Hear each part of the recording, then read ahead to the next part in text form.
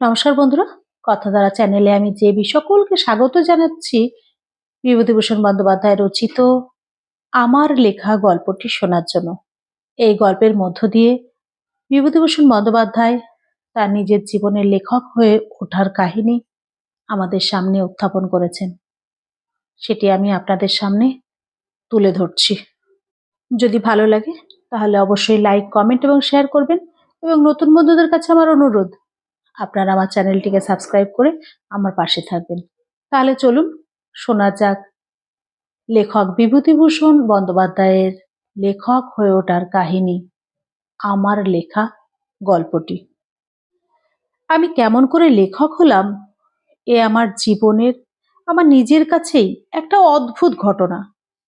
অবশ্য হয়তো এ কথা ঠিক, নিজের জীবনের অতি তুচ্ছতম অভিজ্ঞতাও নিজের কাছে অতি অপূর্ব। তা যদি না হতো তবে জগতের লেখক যাত্রারই সৃষ্টি হতো না। নিজের অভিজ্ঞতাতে এরা মুগ্ধ হয়ে যায়। আকাশ প্রতিদিনের সূর্যোদয় ও সূর্যাস্তে কত কল্পলোক রচনা করেছে যুগে যুগে। তারই তলে কত শত শতাব্দী ধরে মানুষ নানা তুচ্ছ ঘটনার মধ্য দিয়ে নিজের দিন কাটিয়ে চলেছে। মানুষের জন্ম মৃত্যু, আশা নৈরাশ্য, হর্ষ বিষাদ, ঋতু পরিবর্তন, বন পুষ্পের আবির্ভাব ও তিরোভাব, কত ছোট বড় ঘটনা ঘটে যাচ্ছে পৃথিবীতে। কে এসব দেখে? এসব দেখে মুগ্ধ হয়। এক শ্রেণীর মানুষ আছে যাদের চোখে কল্পনা সবসময় মোহ অঞ্জন মাখিয়ে দিয়ে রেখেছে। অতি সাধারণ পাখির অতি সাধারণ সুরও তাদের মনে আনন্দের ঢেউ তোলে। অস্ত দিগন্তের রক্ত মেঘ স্তূপ স্বপ্ন জাগায়। আবার হয়তো তারা অতি দুঃখে ভেঙে পড়ে। এরাই হয় লেখক, কবি, সাহিত্যিক। এরা জীবনের সাহিত্যিক, সাংবাদিক ও ঐতিহাসিক। এক যুগের দুঃখ বেদনা, আশা আনন্দ অন্য যুগে পৌঁছে দিয়ে যায়।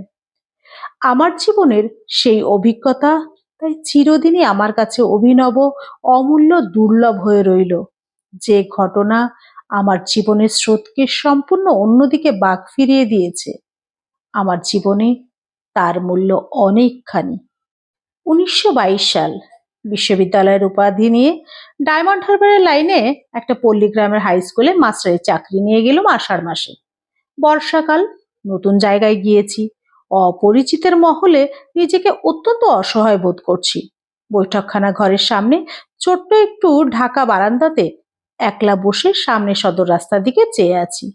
এমন সময় একটি 16-17 বছর বয়সের ছেলেকে একখানা বই হাতে যেতে দেখে তাকে ডাকলাম কাছে।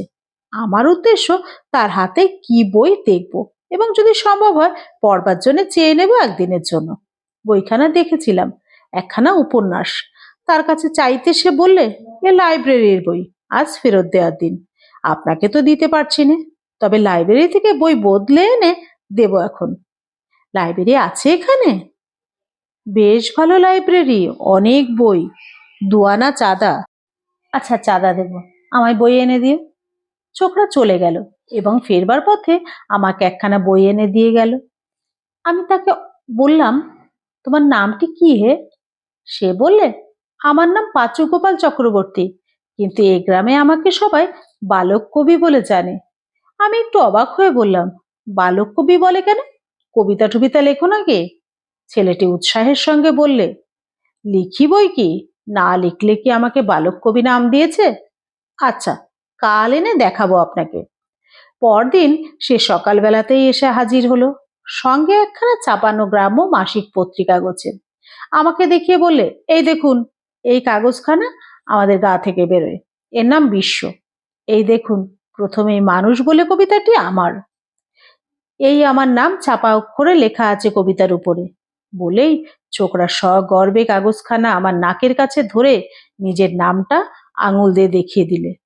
হ্যাঁ, সত্যি লেখা আছে বটে, কবি পাঁচু গোপাল চক্রবর্তী। তাহলে তো নিতান্ত মিথ্যা বলেনি দেখছি। কবিতাটি সে আমায় পড়ে শোনালে। বিশ্বের মধ্যে মানুষের স্থান খুব বড় ইত্যাদি কথা নানা ছাদে তার মধ্যে বলা হয়েছে। অবশ্য কাগজখানা দেখে আমার খুব একটা ভক্তি হলো না। স্টেশনের কাছে একটা ছোট্ট প্রেস আছে এখানে, সেই প্রেসেই ছাপানো অতি পাতলা জিলজিলে কাগজ। পত্রিকা খানিকে মাসিক, পাক্ষিক ইত্যাদি না বলে ঐকিক বললেই এর স্বরূপ ঠিক বোঝানো হয়, অর্থাৎ যে শ্রেণীর পত্রিকা গ্রামের উৎসাহী লেখা বাতিগ্রস্ত ছেলে ছোকরার দল চাঁদা তুলে একটিবার মাত্র বার করে, কিন্তু পরের বারে উৎসাহ মন্দীভূত হওয়ার দরুন আশানুরূপ চাঁদা না ওঠাতে বন্ধ করে দিতে বাধ্য হয়, এ সেই শ্রেণীর পত্রিকা। তবু আমার ঈর্ষা না হয়ে পারল না। আমি লিখি না বা লেখার কথা কখনো চিন্তাও করি না, অথচ এইটুকু ছেলে এর নাম দিব্যি ছাপার অক্ষরে বেরিয়ে গেল। এর উপর আমার যথেষ্ট শ্রদ্ধা হলো। মনে ভাবলাম, বেশ ছোকরা তো, অক্ষর মিলিয়ে কেমন কবিতা লিখেছে। সাহিত্যের সমজদারিত্ব তার মধ্যে ছিল তা আমি জানি। তখনকার আমলের একজন বিশেষ লেখকের বই না থাকলে পল্লীগ্রামের কোনো লাইব্রেরি চলতো না। সেই লেখকের এক একখানা বইয়ের ৩-৪ কপি পর্যন্ত রাখতে হতো কোনো কোনো বড় লাইব্রেরিতে। ছেলেটি বলল, ওসব ট্রাশ ট্রাশ, দেখবেন ওসব টিকবে না। একদিন পাঁচু গোপাল আমাকে নিয়ে গ্রামের বাইরে মাঠে বেড়াতে যেত। প্রাকৃতিক সৌন্দর্যের চোখও তার বেশ ছিল। মাঝে মাঝে মুখে মুখে কবিতা তৈরি করে আমাকে শোনাতো। অনেকগুলো কবিতা হলে তারপরে একটা কবিতার বই ছাপাবে এমন ইচ্ছাও প্রকাশ করত। সেই সময় কলকাতার কোনো পাবলিশিং হাউস 6 আনা গ্রন্থাবলী প্রকাশ শুরু করে দিল। তার প্রথম বই লিখলেন রবীন্দ্রনাথ। রবীন্দ্রনাথের বইখানি স্থানীয় লাইব্রেরি থেকে পাঁচু গোপাল আমায় এনে দিয়ে বললে, এই বই নিতে ভিড় নেই, নতুন এসেছে। 1-8 জন নিয়েছিল, কালই ফেরত দিয়ে গেছে। কিন্তু দেখুন যান, অমুকের বইয়ের জন্য কি যে মারামারি! ডিটেকটিভ উপন্যাস না রাখলে লাইব্রেরি উঠে যাবে, কেউ চাঁদা দেবে না। পরের মাসে আর একখানা বই বেরোলো। সেখানে আমার কাছে নিয়ে এসে সে বললে, আমি একটা কথা ভাবছি, আসুন আপনাতে আমাতে এইরকম উপন্যাস সিরিজ বের করা যাক, খুব বিক্রি হবে, আর একটা নামও থেকে যাবে। আপনি যদি ভরসা দেন আমি উঠে পড়ে লাগি। আমি বিস্ময়ের সুরে বললাম, তুমি আর আমি দুজনে মিলে বইয়ের কারবার করব? এ কখনো সম্ভব? এ ব্যবসার আমি কি বা জানি? তাছাড়া বই লিখবেই বা কে? এতে লেখকদের পারিশ্রমিক দিতে হয়, সে পয়সাই বা দেবে কে? সে হেসে বললে, বাহ, তা কেন? বই লিখবেন আপনি, আমিও 2-1খানা লিখব, পরকে পয়সা দিতে যাব কেন? বাংলা সাহিত্যকে ভালোবাসতাম বটে, কিন্তু নিজে কলম ধরে বই লিখব এ ছিল সম্পূর্ণ দুরাশা আমার কাছে। অবশ্যই পাঠ্যাবস্থায় অন্য অনেক ছাত্রের মতো কলেজ ম্যাগাজিনে 2-1টা প্রবন্ধ, 1-8টা কবিতা যে না লিখেছি তা নয়, বা প্রতিবেশীর অনুরোধে বিবাহের প্রীতি উপহারে কবিতা যে 2-4 লাইন না লিখেছিলাম তাও নয়। সে কে না লিখে থাকে? সুতরাং আমি তাকে বললাম, লেখা কি ছেলে খেলা হে যে কলম নিয়ে বসলেই হলো? ওসব খামখেয়ালি ছাড়ো, আমি কখনো লিখিনি, লিখতে পারবও না। তুমি হয়তো পারবে, আমার দ্বারা সব হবে না। সে বললে, খুব হবে। আপনি যখন বিএ পাস তখন আপনার কাছে এমন কিছু কঠিন হবে না, একটু চেষ্টা করুন, তাহলেই হয়ে যাবে। তখন বয়স অল্প, বুদ্ধিশুদ্ধি পাকেনি, তবুও আমার মনে হলো বিএ পাস তো অনেকেই করে, তাদের মধ্যে সকলেই লেখক হয় নাকি? অথচ বিএ পাস করা লেখকদের উপর পাঁচু গোপালের এই অহেতুক শ্রদ্ধা ভেঙে দিতেও মন চাইল না। এ নিয়ে কোনো তর্ক আমি আর তার সঙ্গে করিনি, কিন্তু করলেই ভালো হতো, কারণ এর ফল হয়ে দাঁড়ালো বিপরীত। 10 পরে একদিন স্কুলে গিয়ে দেখি সেখানে নোটিশ বোর্ডে দেওয়ালের গায়ে নারকেল গাছের গুড়িতে সর্বত্র ছাপানো কাগজ টাঙানো। তাতে লেখা আছে, বাহির হইল বাহির হইল বাহির হইল 1 টাকা মূল্যের গ্রন্থমালার প্রথম উপন্যাস। লেখকের নামের স্থানে আমার নাম দেখলাম। আমার চক্ষু স্থির, এ নিশ্চয়ই সে পাঁচু গোপালের কীর্তি। এমন ছেলে মানুষই সে করে বসবে জানলে কি তার সঙ্গে মিশি? বিপদের উপর বিপদ। স্কুলে ঢুকতেই শিক্ষক ছাত্রবৃন্দ সবাই জিজ্ঞেস করে, আপনি লেখক? তা তো এতদিন জানতাম না মশাই। বেশ, তা বইখানা কি বেরিয়েছে নাকি? আমাদের একবার দেখিয়ে যাবেন। হেডমাস্টার ডেকে বললেন, তার স্কুল লাইব্রেরিতে একখানা বই দিতে হবে। সকলের নানারূপ কৌতূহল প্রশ্ন এড়িয়ে চলি সারাদিন। কবে থেকে লিখছি, আর আর কি কি বই আছে ইত্যাদি। স্কুলের ছুটির পরে বাইরে এসে স্বস্তির নিঃশ্বাস ফেলি। এমন বিপদেও মানুষ পড়ে। তাকে খুঁজে বার করলাম বাসায় এসে, দস্তুর মতো তিরস্কার করলাম তাকে। এ তার কি কাণ্ড! কথার কথা একবার একটা হয়েছিল বলে একেবারে নাম ছাপিয়ে এরকম ভাবে বার করে, লোকে কি ভাবে? সে নির্বাক হয়ে দাঁত বার করে হাসতে হাসতে বললে, তাতে কি হয়েছে? আপনি তো একরকম রাজি হয়েছেন লিখতে, লিখুন না কেন? আমি বললাম, বেশ ছেলে বটে তুমি, কোথায় কি তার ঠিক নেই। তুমি নাম ছাপিয়ে দিয়ে কি করলে? আর দিলে একেবারে স্কুলের দেয়ালে নোটিশ বোর্ডে সর্বত্র ছড়িয়ে। এ কেমন কাণ্ড! নামই বা পেলে কোথায়? কে তোমাকে বলেছিল ও নামে আমি কিছু লিখেছি বা লিখবো? যাক, পাঁচু গোপাল তো চলে গেল হাসতে হাসতে। এদিকে প্রতিদিন স্কুলে গিয়ে সকলের প্রশ্নে অতিষ্ঠ হয়ে উঠতে হলো। বই বেরোচ্ছে কবে, কত দেরি আছে আর বই বেরোবার। মহা মুশকিলে পড়ে গেলাম।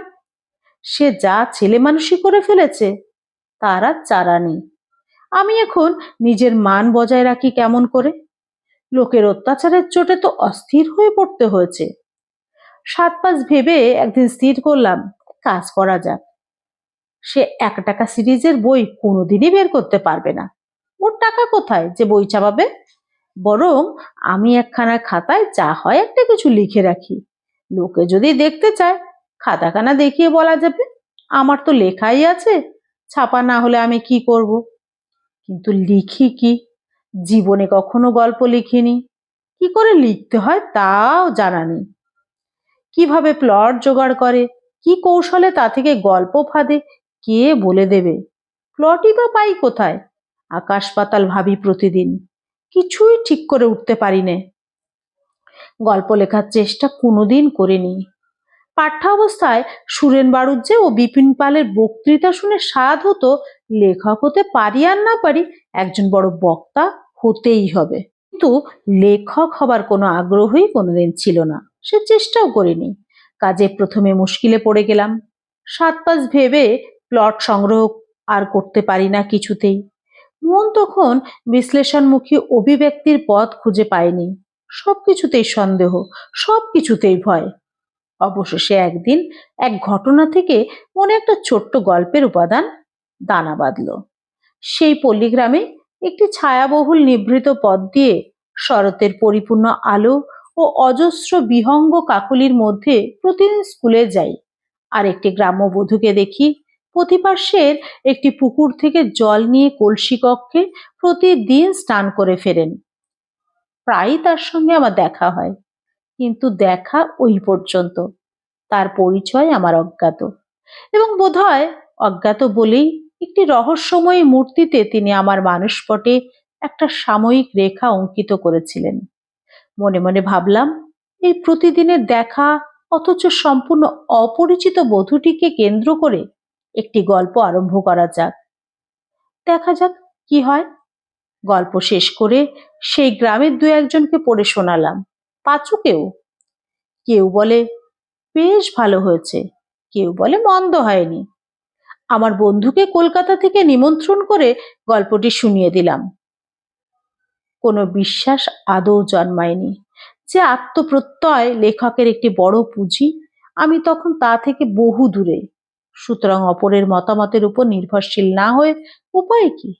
আমার কলকাতার বন্ধুটির সমজদারিত্বের উপর আমার শ্রদ্ধা ছিল। তার মত শুনে খুশি হলাম। পাড়াগাঁয়ে স্কুল মাস্টারি করি, কলকাতার কোনো সাহিত্যিক বা পত্রিকা সম্পাদককেই চিনি না। সুতরাং লেখা ছাপানো সম্বন্ধে আমায় এক প্রকার হতাশ হতে হলো। এইভাবে পূজার অবকাশ এসে গেল। ছুটিতে দেশে গিয়ে কিছুদিন কাটিয়ে এলাম। পুনরায় ফিরে এসে কাগজপত্রের মধ্যে থেকে আমার সেই লেখাটি একদিন বার করে ভাবলাম, আজ এটি কলকাতায় নিয়ে গিয়ে একবার চেষ্টা করে দেখা যাক। ঘুরতে ঘুরতে একটা পত্রিকা অফিসের সামনে এসে পড়া গেল। আমার মতো অজ্ঞাত আখ্যাত নতুন লেখকের রচনা তারা ছাপাবে, এ দুরাশা আমার ছিল না। তবু সাহস করে ঢুকে পড়লাম। দেখা যাক না কি হয়। কেউ খেয়ে তো ফেলবে না, না হয় লেখা নাই ছাপবে। ঘরে ঢুকেই একটা ছোট্ট টেবিলের সামনে যাকে কর্মরত দেখলাম, তাকে নমস্কার করে ভয়ে ভয়ে বলি, একটা লেখা এনেছিলাম। ভদ্রলোক মৃদুস্বরে জিজ্ঞাসা করলেন, আর কোথাও আপনার লেখা কি বেরিয়েছিল? আচ্ছা, রেখে যান, মনোনীত না হলে ফেরত যাবে, ঠিকানাটা রেখে যাবেন। লেখা দিয়ে এসে স্কুলের সহকর্মী এবং গ্রামের আলাপি বন্ধুদের বলি, লেখাটা নিয়ে বলেছে শিগগিরই ছাপবে। চুপি চুপি ডাকঘরে গিয়ে বলে এলাম, আমার নামে যদি বুক পোস্ট গোছের কিছু আসে তবে আমাকে স্কুলে বিলি না করে যেন আমাকে বলা হয়, কারণ লেখা ফেরত এসেছে এটা তাহলে জানাজানি হয়ে যাবে সহকর্মী এবং ছাত্রদের মধ্যে। দিন গুনি, একদিন সত্যিই ডাক পিয়ন স্কুলে আমায় বললে, আপনার নামে একটা বুক পোস্ট এসেছে, কিন্তু গিয়ে নিয়ে আসবেন। আমার মুখ বিবর্ণ হয়ে গেল।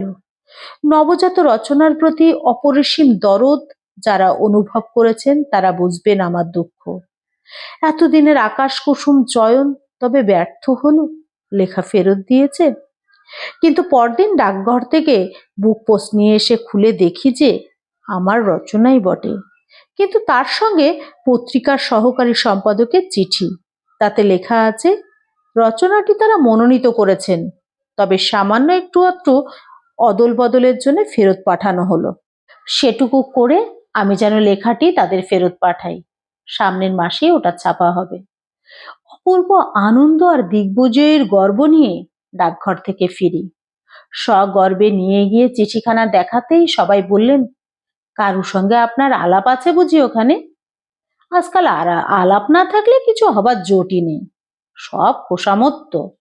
তাদের আমি কিছুতেই বোঝাতে পারলাম না যার হাতে লেখা দিয়ে এসেছিলাম তার নাম পর্যন্ত আমার জানা নেই। তারপর সে গ্রামের এমন কোনো লোক রইল না যে আমার চিঠিখানা একবার না দেখলে।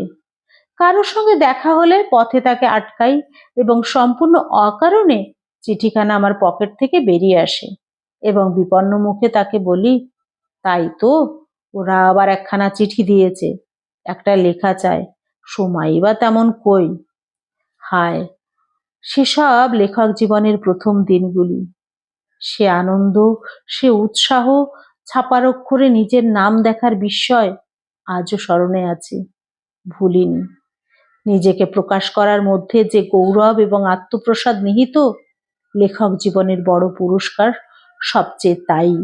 স্বচ্ছ সরল ভাবানুভূতির যে বাণীরূপ কবি এবং কথাশিল্পী তার রচনার মধ্যে নিয়ে যান, তা সার্থক হয় তখনই যখন পাঠক সেই ভাব নিজের মধ্যে অনুভব করেন। এই জন্য লেখক এবং পাঠকের সহানুভূতি ভিন্ন কখনো কোনো রচনাই সার্থকতা লাভ করতে পারে না। বালক কবির নিকট আমি কৃতজ্ঞ, সেই একবার জোর করে আমাকে সাহিত্য রচনার ক্ষেত্রে নামিয়েছিল। পাঁচু গোপালের সঙ্গে মাঝে দেখা হয়েছিল, সে তখন 24 পরগনার কাছে কি একটা গ্রামের উচ্চ প্রাথমিক পাঠশালার হেডমাস্টার। এখনো সে কবিতা লেখে। শেষ করলাম গল্প আমার লেখা। আপনাদের যদি ভালো লাগে তাহলে অবশ্যই লাইক, কমেন্ট এবং শেয়ার করবেন, এবং নতুন বন্ধুদের কাছে আমার আবারও অনুরোধ, আমার চ্যানেলটিকে সাবস্ক্রাইব করে আমার পাশে থাকবেন। সকলের সুস্থতা কামনা করে আজকের মতো বিদায়। ধন্যবাদ।